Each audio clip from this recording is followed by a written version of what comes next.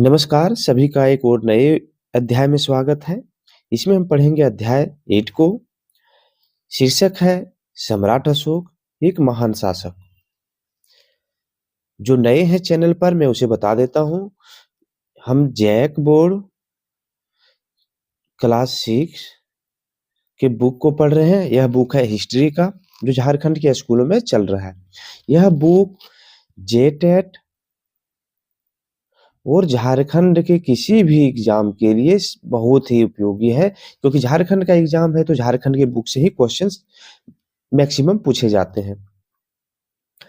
तो है सलाफा का नोट। सलाफा कोई बच्ची है। देखिए क्या होता है, 2000 रुपये के नोट को सलाफा बहुत ध्यान से देख रही थी। सबको मैं बता दूं, 2000 रुपये का नोट अब बंद हो गया है। पहले जिसमें चल रहा था उस समय के बारे में स्टोरी लिखा गया है। अचानक उसकी नजर अशोक स्तंभ पर पड़ी। सबको पता है कि 2000 रुपये का जो नोट है उस पे अशोक स्तंभ का चिन्ह लगा हुआ था, जिसको सलाफा देख रही थी। और वह देख करके क्या की, सोच में पड़ गई। उसने अपने पिता से पूछा कि नोट में इस स्तंभ का चित्र क्यों दिया गया है, यह स्तंभ कहाँ है और इसे किसने बनवाया। तब पिता ने उन्हें सम्राट अशोक की कहानी बताई। सलाफा के पिता ने जो अब सम्राट अशोक की स्टोरी बताई है अपनी बेटी को, वह स्टोरी हम लोग सुनेंगे और पढ़ेंगे, और उसमें जो अर्थ निकलेगा बाहर उसको हम पूरे डीप से समझेंगे। अशोक इतिहास के महानतम राजाओं में से एक थे। अशोक कौन थे? इतिहास के महानतम राजाओं में से एक थे। और ये कहाँ पे रूल करते थे? तो भारत वाले क्षेत्र में रूल करते थे। अशोक के निर्देश पर उन्हें स्तंभ और पत्थरों पर अभिलेख उत्कीर्ण किए गए। अब सम्राट अशोक जो थे, उसने आने वाले भविष्य को ध्यान में रखते हुए क्या किए, उसने निर्देश दिए कि जो भी स्तंभ है उस पे हमारे शासन के बारे में लिखा जाए, जो भी पत्थर है उसमें जो मैंने उपयोगी काम किए हैं उसके बारे में लिखा जाए। और लिखा गया। ये अभिलेख उनके संदेशों को जनता तक पहुंचाने के माध्यम थे। ये जो अभिलेख लिखे गए थे वह जनता को पहुंचाने के भी माध्यम थे। और एक तरह से यह हो गया कि अब जो है अभी हम लोग को मिल रहा है उसके अवशेष, उससे भी हम सम्राट अशोक के शासन के बारे में समझ रहे हैं। अशोक के ज्यादातर अभिलेख प्राकृत भाषा और ब्राह्मी लिपि में है। ये क्वेश्चन पूछे जाते हैं। ये सहायक आचार्य में भी क्वेश्चन पूछे गए थे कि बताइए अशोक के ज्यादातर अभिलेख किस भाषा में लिखे गए थे। तो प्राकृत भाषा और ब्राह्मी लिपि में लिखे गए थे। अब क्या है, अशोक जो है मौर्य वंश का एक महत्वपूर्ण शासक था। कौन? मौर्य वंश का महत्वपूर्ण शासक था। अब पूछेगा मौर्य वंश की स्थापना किसने की? तो चंद्रगुप्त मौर्य ने की थी। पूछेगा किसकी सहायता से की थी? तो चाणक्य की सहायता से की थी। ठीक है। अब जिसने मौर्य सम्राट को एक नई ऊंचाई प्रदान की, किसने? सम्राट अशोक ने। मौर्य काल के बारे में हमें जानकारियां दो प्रमुख साहित्य स्रोतों से मिलती हैं। अब ये स्रोत कौन कौन से हैं? तो जैसा कि मैंने बताया कि चंद्रगुप्त मौर्य को शासक किसने बनाया था? तो चाणक्य ने बनाया था, कौटिल्य ने। तो उसने जो बुक लिखा है अर्थशास्त्र, उसमें सबसे महत्वपूर्ण जानकारी अशोक का मिलता है। क्या है? चंद्रगुप्त मौर्य के प्रधानमंत्री कौटिल्य, जिसको हम चाणक्य के नाम से जानते हैं, के द्वारा लिखी गई पुस्तक अर्थशास्त्र एवं मेगास्थनीज के द्वारा लिखी पुस्तक इंडिका। मेगा अब मेगास्थनीज ने एक पुस्तक लिखी थी इंडिका। अब मेगास्थनीज थे कौन? तो मेगास्थनीज जो है सेल्यूकस के राजदूत था। वह राज चंद्रगुप्त के शासन काल में कुछ समय के लिए भारत में रहा था। ठीक है। दो पुस्तक है जिसमें सम्राट अशोक के बारे में महत्वपूर्ण जानकारी हमें देखने को मिलती है। लेकिन इसके अलावा जो अभिलेख मिले हैं हमें अवशेषों में, उससे भी हम रिलेट करते हैं सम्राट अशोक के बारे में। देखिए, सारनाथ स्थित अशोक स्तंभ। सारनाथ में जो है इस तरह का स्तंभ उस समय बनाया गया था, पत्थर को उकेर करके। सोचिए कितनी बेहतरीन कारीगरी थी उस समय की। तो हमें कारीगरी के भी बारे में पता चलता है, अशोक के बारे में उस समय कितने बेहतरीन कारीगर थे और कैसा समाज था। तो कि कौन-कौन से बुक से पूछा जाता है कि अर्थशास्त्र किसने लिखा है? तो चाणक्य ने लिखा है अर्थशास्त्र। और एक चीज और याद रखेंगे, अर्थशास्त्र इकोनॉमिक्स के बारे में नहीं है, यह अर्थशास्त्र जो है पॉलिटी के बारे में बताता है। अब है एक बड़ा राज्य एक साम्राज्य। इसके बारे में सम्राट अशोक के राज्य का विस्तार पूरे भारत में काफी विस्तृत क्षेत्र पर था। सम्राट अशोक जो है पूरे भारत पर रूल करते थे और इसकी राजधानी कहाँ थी? पाटलिपुत्र थी। इसके अलावा जो अभी पटना कहते हैं वही पाटलिपुत्र। इसके अलावा साम्राज्य में बहुत से नगर थे जिसमें उज्जैन और तक्षशिला जैसे नगर प्रमुख थे। उज्जैन भी प्रमुख शहर थे और तक्षशिला भी प्रमुख शहर थे। मानचित्र 4 में इन नगरों को काले बिंदु से दिखाया गया है। मानचित्र 4 नीचे है, उसको हम देखेंगे। तक्षशिला जो है वर्तमान पाकिस्तान में है। यहाँ से उत्तर पश्चिम और मध्य एशिया जाया जा सकता था। इसको देखते हैं फिगर से। तक्षशिला देखिए यहाँ पर है तक्षशिला। यहाँ से कहा हम उत्तर पश्चिम और बाकी इधर हम आए जा सकते हैं यहाँ से। देख रहे हैं। अब राजधानी कहाँ था मेरा? यहाँ पर राजधानी था सम्राट अशोक का। और ये जितना चीज दिख रहा है सब पर इसने शासन किया था। जहां भी दिख रहा है पूरे भारत पर सब पर इसने शासन किया था सम्राट अशोक जी ने। दूसरी तरफ उज्जैन जो उत्तरी भारत से दक्षिणी भारत जाने वाले रास्ते में पड़ता था। उज्जैन कहाँ है? अभी के एमपी में, मध्य प्रदेश में होगा। देखिए उज्जैन यहाँ पर है। यहाँ से हम इधर आ रहे हैं, इधर भी जा सकते हैं, इधर भी जा सकते हैं, कहीं भी जा सकते हैं उज्जैन से। शायद नगरों में व्यापार सम्राट के सरकारी अधिकारी और शिल्पकार रहा करते थे। अब राजा जो है सो पाटलिपुत्र में रहते थे राजधानी में, लेकिन नगर में कौन रहते थे? तो नगर में उसके राज्यपाल रहा करते थे। सरकार जो फिर उसके जो सरकारी अधिकारी थे वो रहा करते थे। और भी जो प्रमुख शासन के प्रमुख लोग थे वो नगर में जाया करते थे, क्योंकि कर कहाँ से मिलता था? टैक्स कहाँ से मिलता था? नगर से ही तो मिलेगा। इसलिए सम्राट साम्राज्य में कई गांव थे, गांव भी था जहाँ किसान और पशुपालक रहा करते थे। उस समय का साम्राज्य अब इस तरह से रिलेट कीजिए कि सम्राट अशोक के शासन काल में कैसा साम्राज्य था। तो गांव भी था, किसान जो है खेती करने के लिए जानते थे, किसान भी थे, पशुपालक करते थे। मध्य भारत जैसा इलाके में ज्यादातर हिस्सा जंगलों से भरा हुआ था। मध्य भारत में जहाँ के लोगों की आजीविका फल फूलों का संग्रहण और जानवरों का शिकार करना था। मध्य भारत में अगर मध्य प्रदेश का बात करें तभी भी जंगल है। अब जंगल में रह रहे हैं कोई तो खेती बहुत मुश्किल से करेगा, तो कैसे उसका जीवन यापन चलता था? तो जानवरों का शिकार करके और फलों फूलों को खा करके। साम्राज्य में भाषा, भोजन एवं पोशाक की काफी विभिन्नताएं थी। इसमें कोई चर्चा होने की बात ही नहीं है कि ये विभिन्नताएं जो है भाषा का लेकर के, भाषा हो गया और भोजन के बारे में। अभी हम लोग अभी यहाँ से अपने घर से अगर 20 किलोमीटर दूर जाते हैं तो वहां पर भी भाषा या फिर भोजन से विभिन्नता मिलता है। 50 किलोमीटर दूर जाते हैं, अब अभी झारखंड से बिहार चले जाएं वहां पे भाषा की विभिन्नता मिलेगी। हर जगह भाषा की विभिन्नता है और पोशाक की भी विभिन्नता है। कहीं कोई लुंगी पहनता है तो कोई धोती पहनता है। ठीक, अलग अलग विभिन्नताएं हैं।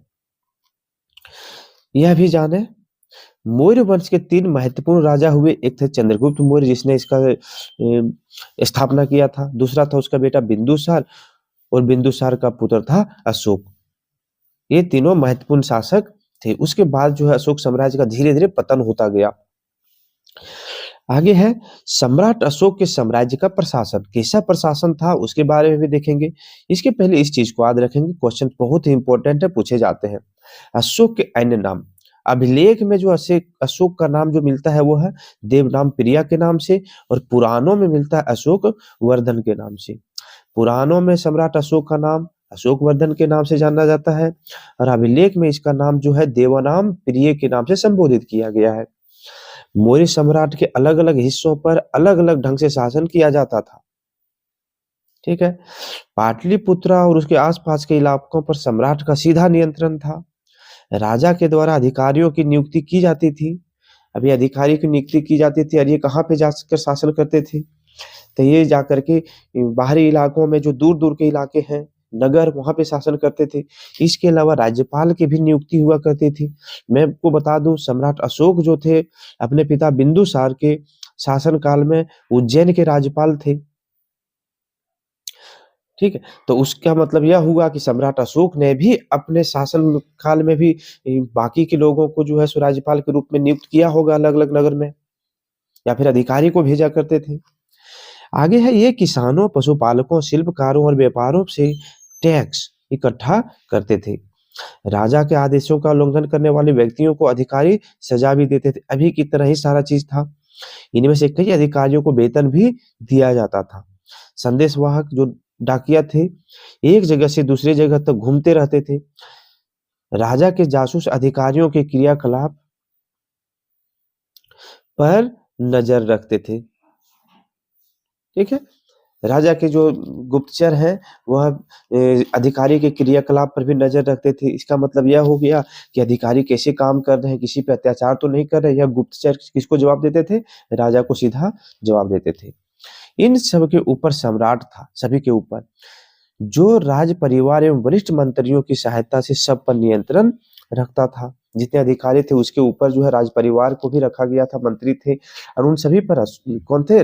सम्राट अशोक थे। प्रशासन की प्रशासन की सबसे छोटी इकाई को हम ग्राम था, यानी ग्राम कहेंगे, और ग्राम था। प्रशासन की सुविधा के लिए मौर्य सम्राट कई छोटे क्षेत्रों में प्रांतों में विभक्त था। अभी भी हम देखते हैं अच्छे से शासन चले उसके लिए क्या करते हैं, शासन व्यवस्था को हम लोग छोटे छोटे स्तरों में बांट देते हैं। जिसे अगर हम बात करें विधानसभा, तो विधानसभा क्षेत्रों में बांटे हुए हैं ताकि विधानसभा का अच्छी तरह से क्या हो, सेवा हो सके, लोगों की मदद हो सके। जब पता चला कि नहीं विधानसभा में जो है सो लोगों तक पहुंचना मुश्किल होता है, तो हमने क्या किया, पंचायती राज व्यवस्था को लाया और पंचायत छोटे छोटे स्तरों पर जो है सो मुखिया को बिठाया। इन सभी में भी थोड़ा थोड़ा अगर दिक्कत हो रहा था तो हमने क्या किया, वार्ड सदस्य को गांव में ही कुछ घरों के लिए बना दिया ताकि सही से विकास हो सके। ठीक, इसी तरह से उस समय भी ये प्रशासन व्यवस्था थी। अशोक के समय इसकी संख्या 5 थी। कौन? छोटे छोटे जो प्रांत विभक्त थे वो 5 क्षेत्रों में बांटे हुए थे। यहाँ प्रांतीय राजधानियों से शासन किया जाता था। जो प्रांत के राजधानी थे वहां से शासन किया जाता था। इन सभी के ऊपर जो है पाटलिपुत्र राजधानी थी। अक्सर इस तरह से रिलेट कीजिए कि अभी जो है सो झारखंड है, झारखंड है, झारखंड रांची है, राजधानी रांची है। बिहार अगर बात करें, बिहार क्या है? पटना है। सबका अलग अलग राजधानी है, और इन सभी के ऊपर क्या है? दिल्ली है। दिल्ली है कि नहीं? उसी तरह से जो है सभी के ऊपर पाटलिपुत्र था, लेकिन जो प्रांतीय क्षेत्र थे उसमें राजधानी में बटी हुई थी। अक्सर राजकुमारों को वहां राज्यपाल बनाकर भेजा जाता था। जो प्रांतीय राजधानी थी वहां पर कौन गवर्नर चलाते थे? राज्य चलाता था राजपाल। कुछ हद तक पाटलिपुत्र से इन क्षेत्रों पर नियंत्रण रखा जाता था, लेकिन ऐसा लगता है कि इन जगहों पर स्थानीय परंपराओं और नियमों को भी माना जाता था। आप स्थानीय परंपरा का जो है उल्लंघन नहीं कर सकते हैं। अगर ऐसा करते हैं तो आपको शासन करने में बहुत मुश्किल होगी, क्योंकि लोग को की भावनाएं आहत होती थी, और जिसके कारण जो है लोग सरकार से नाखुश होते थे। इसीलिए स्थानीय परंपराओं और नियमों को मानने की भी छूट थी। किसके शासनकाल में? तो सम्राट अशोक के शासनकाल में। मौर्य शासक प्रांतों में आवागमन के लिए महत्वपूर्ण मार्गों और नदियों पर भी नियंत्रण रखने की कोशिश करते थे। मौर्य शासक मतलब कौन कौन? जितने भी मौर्य शासक हुए, चंद्रगुप्त मौर्य से लेकर के सबसे लास्ट तक जो शासक थे, वहां तक सभी जो है नदियों पर नियंत्रण रखते थे, क्योंकि नदियों पर आवाजाही करना बहुत ही आसान होता था। बहुत कम खर्च से जो है नदी के पानी से ही सामान को एक जगह से दूसरी जगह भेजा जाता था। इससे हम यह भी अंदाजा लगा सकते हैं कि सम्राट अशोक के समय में अगर नदी पर नियंत्रण रखा गया था तो नाव की भी खोज हो चुकी थी। लोग नाव भी बनाना सीख गए थे। यहाँ से मिलने वाले संसाधन पर यानी टैक्स और भेंट गिफ्ट पर नियंत्रित किया जाता था। जो इस तरह के जो मिलते थे, यहाँ से भेंट और गिफ्ट के मतलब टैक्स के रूप में एकत्रित किया जाता था। अब देखिए, कौटिल्य ने अर्थशास्त्र में लिखा है कि उत्तर पश्चिम क्षेत्र कंबल और दक्षिण भारत सोने और कीमती पत्थरों के लिए जाना जाता था। क्या लिखा गया है? कौटिल्य यानी चंद्रगुप्त चाणक्य ने अपने पुस्तक में लिखा है कि उत्तर भारत क्षेत्र कंबल के लिए, उत्तर भारत से जो हिमाचल प्रदेश हो गया, कश्मीर हो गया, सिंध हो गया, अभी भी ठंड पड़ते रहता है वहां पर, अधिकतर समय ठंड रहता है, वहां पर जो है कंबल के लिए प्रसिद्ध था। वहीं लिखा गया दक्षिण भारत सोने और कीमती पत्थरों के लिए जाना जाता था। कर्नाटक क्षेत्र में भी सोने के खदान वहां पे मिलते हैं। ठीक है, मिलता है कर्नाटक का जो क्षेत्र वहां पर, तो उस समय भी ये चीजें मिलती थी, जिसे चाणक्य ने अपने पुस्तक में लिखा है। संभव है कि यहाँ के लोग इन संसाधनों को नजरानों के रूप में शासन को देते थे। यहाँ के जो लोग थे वह राजा को इन सोने की कीमतें मेरे सोने, कीमती पत्थर और कंबल राजा को क्या करते थे, गिफ्ट के रूप में चढ़ाया करते थे, दिया करते थे। जंगली इलाकों में रहने वाले लोग काफी हद तक स्वतंत्र थे, क्योंकि आदिवासी लोगों पर शासन चलाना बहुत मुश्किल होता था। ठीक है। उनसे यह आशा की जाती थी कि मौर्य पदाधिकारियों को हाथी, लकड़ी, मधु और मोम जैसी चीजें लाकर दे। तो कौन देता था, आदिवासी लोग देता था। उसके पास जो है टैक्स देने के लिए ज्यादा साधन थे नहीं, खेती तो होता नहीं था, जंगल पर आश्रित थे, इसीलिए उसको स्वतंत्र विचरण करने की आजादी थी। आगे है अमरावती, आंध्र प्रदेश में प्राप्त चित्र में सम्राट अशोक। देखिए सम्राट अशोक का चित्र उसमें बनाया गया है। अब कुछ प्रांत है अशोक के साम्राज्य के प्रांत एवं राजधानी। प्रांत है उत्तरापंथ, जिसकी राजधानी थी तक्षशिला, अवंती जिसकी राजधानी थी उज्जैनी, कलिंग जिसकी राजधानी थी तोसली, और दक्षिणी पंथ जिसकी राजधानी सुवर्णगिरी, प्रासी जिसकी राजधानी कहाँ थे, पाटलिपुत्रा। पढ़ेंगे कलिंग युद्ध। कलिंग युद्ध कहाँ पर हुआ था, ये देखेंगे आप, तोसली में हुआ था, यानी कलिंग क्षेत्र। वो आगे पढ़ेंगे। कलिंग का प्राचीन राज्य वर्तमान उड़ीसा में स्थित था। कलिंग जो राज्य था वो अभी के उड़ीसा क्षेत्र में स्थित था। ठीक है। क्या है, नंद वंश के पतन के बाद कलिंग स्वतंत्र हो गया था। हम लोग पढ़ चुके हैं कि नंद वंश का पतन किसने किया था, चंद्रगुप्त मौर्य ने किया था। और चंद्रगुप्त मौर्य बोले नंद वंश जो है उसके अधीन ही ये कलिंग क्षेत्र आता था। जैसे ही नंद वंश खत्म हुआ, यह क्षेत्र स्वतंत्र हो गया, या फिर आप कह सकते हैं कि मौर्य वंश के अंडर आ गया था। अशोक इसे अपने साम्राज्य में मिलाना चाहता था। नहीं, जब ये नंद वंश समाप्त हुआ तो सभी राजाएं जो नंद वंश के अधीन थी वो अलग अलग होते चले गए। उसमें जो है कलिंग क्षेत्र भी जो था वो अलग हो गया था। अब इस क्षेत्र को अशोक अपने साम्राज्य में मिटाना चाहता था। क्यों मिलाना चाहता था, इसका रीजन था कि ये कलिंग यानी उड़ीसा क्षेत्र जो था वो समुद्र के किनारे था। उड़ीसा क्षेत्र में लौह भंडार थे, और बहुत सारी हाथियां जो है यहाँ के जंगलों में थी, इसीलिए अशोक अपने साम्राज्य में मिलाना चाहता था। समुद्री व्यापार एवं दक्षिण के साथ संपर्क के लिए कलिंग पर विजय प्राप्त करना जरूरी था। अशोक का और भी उद्देश्य था कि समुद्री व्यापार होगा, क्योंकि जहां पर अशोक अपना साम्राज्य चला रहे थे, झारखंड, बिहार, उड़ीसा, इन सभी क्षेत्रों में चला रहे थे, उड़ीसा ने उत्तर प्रदेश, इन सभी क्षेत्रों में चला रहे थे शासन, वहाँ कोई समुद्र के किनारे नहीं था। लेकिन उड़ीसा समुद्र के किनारे था, यहाँ से दक्षिण तरफ भी संपर्क करना आसानी होता। कौटिल्य के अर्थशास्त्र के अनुसार कलिंग हाथियों के लिए भी प्रसिद्ध था। हाथियों के लिए प्रसिद्ध था, और हाथी को अपने सैनिक में मिलाने के लिए, सैन्य शक्ति बढ़ाने के लिए, मिलाने के लिए जो है यह कलिंग पर क्या चाहता था, अपने साम्राज्य में मिलाना चाहता था। अतः अशोक ने शासन के 9वें वर्ष में कलिंग पर आक्रमण किया। एक क्वेश्चन पूछा जाता है कि अशोक ने अपने शासन के कितने वर्ष में कलिंग पर आक्रमण किया था, तो 9वें वर्ष में आक्रमण किया था। यह युद्ध बड़ा भयंकर था, इसमें भीषण रक्तपात तथा नरसंहार हुए। अशोक के 13वें शिलालेख में इस युद्ध के भयंकर परिणामों का उल्लेख इस प्रकार हुआ है।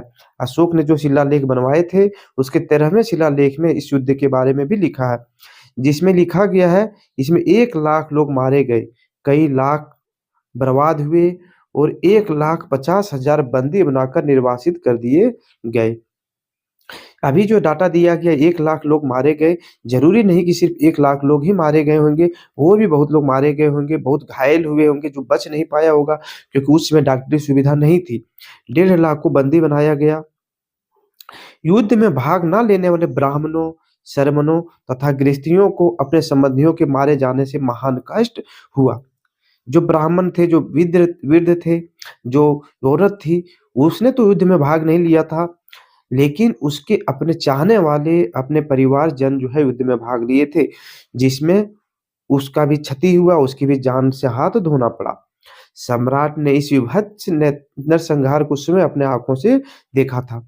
हुआ ये कि जब ये लड़ाई चल रही थी, जब पूरा लड़ाई समाप्त हो गया, अशोक ने पूरे मैदान को जब देखा तो हर जगह शव ही शव पड़े हुए थे। उसके अपने आंखों से देखा। उसके बाद अशोक इस राज्य को जीतकर अपने साम्राज्य में मिलाने में सफल रहा, लेकिन इस युद्ध ने सम्राट अशोक के हृदय को परिवर्तित कर दिया। इतने लोगों को मरा देख करके उसका हृदय परिवर्तित हो गया। उसका हृदय दया एवं करुणा से उद्वेलित हो उठा तथा उसने भविष्य में कभी युद्ध न करने की प्रतिज्ञा कर ली। यह भी क्वेश्चन पूछे जाते हैं कि सम्राट अशोक ने किस युद्ध के बाद जो है सो युद्ध न करने की प्रतिज्ञा ली, तो कलिंग युद्ध के बाद उसने प्रतिज्ञा ली थी। यह विश्व इतिहास के एक अभूतपूर्व घटना थी। इसके बाद वह बौद्ध बन गया तथा उसने अपने साम्राज्य के सभी उपलब्ध संसाधनों को जनता के भौतिक एवं नैतिक कल्याण में लगा दिए। इसके बाद इसने क्या किया? बौद्ध धर्म अपना लिया। क्यों अपना लिया? क्योंकि बौद्ध धर्म यह शिक्षा देती है कि हमें हिंसा नहीं करना चाहिए, कभी झूठ नहीं बोलना चाहिए, जानवरों का हत्या नहीं करना चाहिए। और यही तो अशोक सम्राट चाहते थे कि हम किसी की हत्या ना करें। उसके बाद उसने अपने जन कल्याण के लिए, जनता के लिए जितने भी उसके पास धन थे, सभी को जन कल्याण में लगा दिया। अब एक शब्द आता है धम्म का, यानी अशोक का धम्म। इसके बारे में हम समझते हैं होता आखिर क्या है ये, ठीक है। इतिहास में अशोक की प्रसिद्धि का कारण उसकी राज विस्तार की नीति नहीं अपितु धम्म है, ठीक है। राज्य विस्तार से उसने बहुत कर लिया, लेकिन उससे उसकी प्रसिद्धि नहीं मिली क्योंकि उसमें मार काट बहुत सारे हुए। लेकिन एक शब्द जो धम्म था उससे उसको प्रसिद्धि मिली। आखिर यह था क्या? धम्म शब्द संस्कृत भाषा के धर्म का प्राकृत रूपांतरण है। हमने पढ़ा था कि जितने भी मौर्य काल में जितने भी अभिलेख लिखे गए सभी प्राकृत में लिखे गए थे, और यही है धम्म शब्द जो है धर्म का प्राकृतिक में बोला जाता है, प्राकृत भाषा में बोला जाता है। अपने दूसरे तथा सातवें स्तंभ लेखों में अशोक ने धम्म की व्याख्या इस प्रकार की है। क्या की है? किसमें? दूसरे और सातवें में लेख याद रखेंगे। धम्म है साधुता, बहुत से कल्याणकारी अच्छे कार्य, पाप रहित होना, मृदुता, दूसरों के प्रति व्यवहार में मधुरता, दया, दान तथा सुचिता। धर्म का मतलब इसने समझाया कि हमें जन कल्याण के लिए काम करना चाहिए, पाप नहीं करना चाहिए, पाप रहित होना चाहिए, पाप नहीं करना चाहिए, कल्याणकारी अच्छे कार्य करने चाहिए, सभी से साधुता व्यवहार करना चाहिए, किसी से कोई झगड़ा-वगड़ा नहीं, दूसरों के प्रति व्यवहार में मधुरता रहना चाहिए और दया दान भी करते रहना चाहिए। आगे कहा गया है कि प्राणियों का वध ना करना, जीव हिंसा ना करना, माता-पिता तथा बड़ों की आज्ञा मानना, गुरुजनों के प्रति आदर, मित्र परिचित संबंधियों व ब्राह्मणों तथा श्रमणों के प्रति दानशीलता तथा उचित व्यवहार करना। इसने धम्म का मतलब और समझाया है कि प्राणियों का वध नहीं करना है, किसी भी जीवों का नहीं करना है, माता-पिता तथा बड़ों का आदर करना है, गुरुजन जिससे आप शिक्षा प्राप्त करें उसका आदर करना है, और इसके अलावा जितने भी संबंधी हैं सभी के साथ सही व्यवहार करना है। गुलामों के प्रति उचित व्यवहार भी धर्म के अंतर्गत ही आते हैं। कोई अगर आपके गुलाम है तो उसके साथ भी उचित व्यवहार कीजिए, उसको ये नहीं कि आपका गुलाम है तो उसके ऊपर आप जो है दया की भावना नहीं दिखाएँ, मार-काट करते रहें, ऐसा भी नहीं है। अशोक ने धर्म की प्रगति में बाधक पाप की भी व्याख्या की है। अब इस धम्म में क्या-क्या बाधक बनते हैं? चंडता, निठुरता, क्रोध, मान और ईर्ष्या पाप के लक्षण है। यही सी चीज़ें अगर आपके अंदर है तो आप किसी का जो है वध कर सकते हैं, किसी का आदर नहीं कर पाएँगे, ठीक है? तो इन सभी चीज़ें जो है जो धम्म के बाधक थे, इसकी भी व्याख्या की है। अशोक के धम्म में किसी देवता की पूजा अथवा कर्म कांड का उल्लेख नहीं था। इसने मनुष्यों की सेवा करना को ही क्या माना? इसने देवता पूजा और कर्मकांड माना सब चीज़ें। और ये कर्मकांड क्यों करेंगे, देवता पूजा क्यों करेंगे? क्योंकि नहीं करने का बात यहाँ पे इसलिए आ रहा है क्योंकि इसी के विरोध में ही तो गौतम बुद्ध जी आए हुए थे। पहले जो वैदिक काल में कर्मकांड चल रहे थे, जिससे वर्ण व्यवस्थाओं पर प्रभाव पड़ रहा था, देवताओं की पूजा हो रही थी, उसी के विरोध में गौतम बुद्ध जी ने बौद्ध धर्म की स्थापना की थी। और उसी बौद्ध धर्म को किसने माना? अशोक ने माना। और जब अशोक मैंने माना तो फिर वह कर्मकांड क्यों करेंगे? ठीक है? उसने बुद्ध के उपदेशों से भी प्रेरित होकर उसमें प्रजा के नैतिक उत्थान के लिए व्यवहार में उठाए जा सकने वाले आवश्यक कदमों को शामिल किया था। अब ये भगवान बुद्ध के उपदेश ले रहे थे, जिससे प्रेरित होकर के उसने क्या किया? जो भी प्रजा के नैतिक उत्थान हो सकते थे, चाहे तालाब बनाना, पानी की व्यवस्था करना, गर्मी में बैठने के लिए चबूतरे वगैरह बनाना, सड़क बनाना, गरीबों की मदद करना, जो भी आवश्यक इसके अंदर था, सभी आवश्यकताओं की पूर्ति कर रहे थे। इसके साम्राज्य में अलग-अलग धर्मों के मानने वाले लोग थे और जिनमें कोई बार टकराव पैदा हो जाता था। हर जगह होता है ऐसा। जानवरों की बलि चढ़ाई जाती थी, कुछ धर्मों में जो है अभी भी जानवरों की बलि चढ़ाई जाती है, आदिवासियों में भी चढ़ाई जाती है, उसका वो रीति-रिवाज है। तो होता था, दासों और नौकरों के साथ कुव्यवहार किया जाता था। अभी जैसा-जैसा हम लोग वीडियो वायरल कर देते हैं, उस समय ऐसा नहीं था। भले सम्राट अशोक ने अपने धम्म में ये सभी चीज़ें व्याख्या की थी, ये सभी चीज़ें उसके राजधानी के अगल-बगल में मानी जाती होगी। हर जगह तो ऐसा नहीं होता होगा कि मान लिया जाता होगा, ठीक है? लेकिन उसने ये सभी नियम को बनाया था। इसके अलावा परिवार व पड़ोसियों के बीच झगड़े होते रहते थे। ये तो मनुष्य का जो है नित्य कर्म कर्म है कि होते रहेगा, तो हो रहा है। अशोक की इच्छा थी विभिन्न धर्मों को मानने वाले लोग आपस में शांति एवं सौहार्द से रहें, ये उसकी इच्छा थी। उसने यह महसूस भी किया कि इन समस्याओं को दूर करना उसका कर्तव्य है। और उसने जो है इन समस्याओं को दूसरे धर्म के प्रति जो क्रूरता हो रही थी, उसको मिटाने के लिए उसने काम भी किए। इसीलिए उसने जगह-जगह जाकर धर्म की शिक्षा देने के लिए धम्म महापात्र नामक अधिकारियों की नियुक्ति की। अब ये क्वेश्चन पूछे जाते हैं कि धम्म महापात्र नामक अधिकारियों की नियुक्ति किसने की थी? तो सम्राट अशोक ने किया था। इसके अलावा अशोक ने अपने संदेश कई शिलाओं और स्तंभों पर खुदवाए, जहाँ अलग-अलग स्थानों पर स्थित थे। इसके अलावा इसने अभिलेख जो है अलग-अलग स्थान पर पत्थर पे खुदवाए, जो अभी भी हम लोग के पास है। यहाँ पर आप चित्र में देख सकते हैं जो लिखे गए थे उस समय के स्तंभ।